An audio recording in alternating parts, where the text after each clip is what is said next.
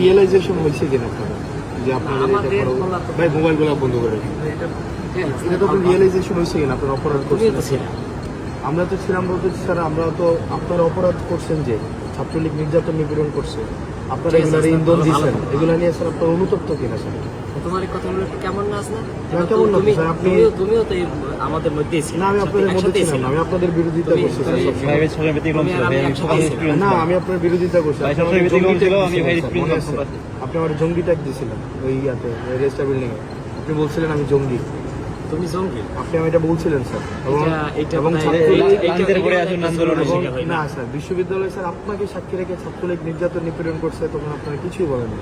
এবং sir realisation হলে তো ফাইন, আপনারা আমাদের সমাজের বিবেক, রিয়েলাইজেশন এটা হয় কিনা যে স্যার এটা অত্যাচার, কোনো অন্যায় হইলে সেটা আপনাদের এই রিয়েলাইজেশন হয় কিনা স্যার? আমাদের বলা তো ওইটা তো বলো, প্রত্যেকটা মানুষের ব্যক্তিগতভাবে মনে করি যে কোনো অন্যায় হইলে সেটা স্যার আপনার সময় অন্যায় হয় না বিশ্ববিদ্যালয় স্যার, গেস্টরুম গণরুম অন্যায় হয় না? গেস্টরুম গণরুমটা ধারাবাহিকভাবে প্রক্রিয়া চলে আসে। এটা আপনার সময় ছিল? না আমার সময় ছিল, কিন্তু আমার কিন্তু উদ্যোগগুলো আমারই নেওয়া ছিল। তো জানেন স্যার নিরসনের না হাসনাত, এটাও তুমি জাতি হিসাবে আপনাদের লেখা পড়ার তারপরে হচ্ছে ক্লাসের মধ্যে এই জিনিসগুলো আসা উচিত, রিফ্লেকশন হওয়া উচিত। এটাও তুমি স্বীকার করবা যে পদক্ষেপগুলো সেগুলো কিন্তু আমিই নিয়েছিলাম। এটাও না ওই অর্থে না স্যার, আপনারা সবসময় ডিনাই করছেন।